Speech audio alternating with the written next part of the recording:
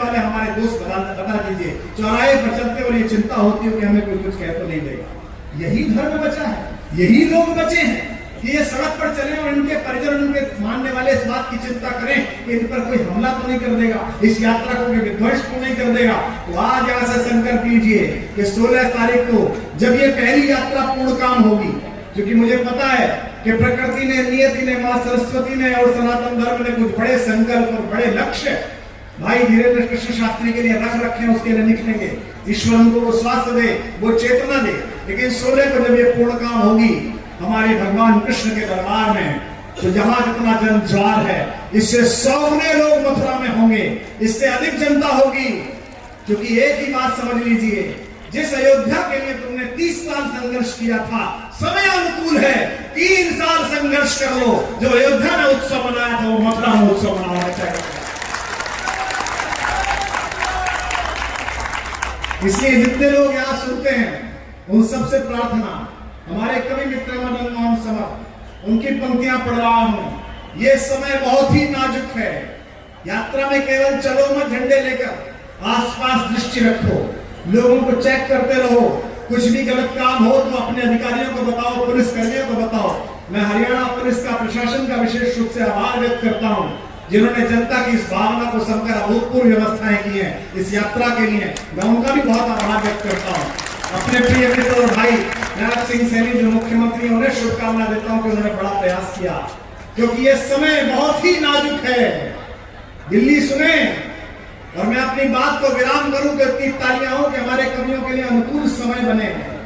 ये समय बहुत ही नाजुक है, हम पर हमले कर हमले हैं, और आप निश्चिंत रहना, होते भी नहीं हो, हम ही चिंता करते हैं तो चिंता ही नहीं करते हैं खुद की। हमें किसी संकल्प में बांधना पड़ेगा, बहुत सारे संकल्प ये, लेकिन एक संकल्प ऐसा भी तो हो कि इतने लोग साधना में चलते हैं, बारात में भी तो चले भाई।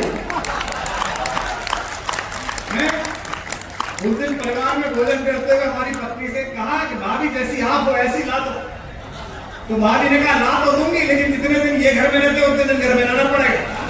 तो महाराज जी ने कहा भाभी फिर मेरी ना भूखे। ये समय बहुत ही नाजुक है, पीछे तक के लोग दोनों हाथ उठाकर इस बार ओंकार भरेंगे। ये समय बहुत ही नाजुक है, हम पर हमले कर हमले हैं, दुश्मन की चिंता यही है, हम हर हमले पर संभले।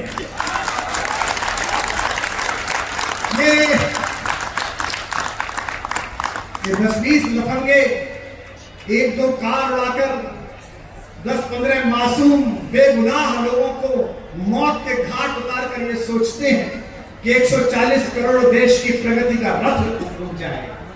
मैं जानता हूं मेरे सरहद पार से शहर, इनके दिमाग में भी कीड़ा है, और वो जो एक दूर बैठा है भूरे बालों वाला फूफा डोनाल्ड ट्रंप, उसकी भी है। पर ये हरियाणा वाले हैं, ये फूफाओं की चूड़ी टाइट करना जानते हैं, इनको बहुत अभ्यास है इस बात का। ये सब कितना भी जोर लगा लें, ये प्रगति का रथ रुकने वाला नहीं है। चुनाव होंगे, आएंगे जाएंगे, सरकारें हारेंगी, हमारा कोई रुचि नहीं है इनकी सरकार जीते कि हारे, हमें कोई मतलब नहीं। ये हारे भी है, जीते भी है, हारेंगे जीतेंगे।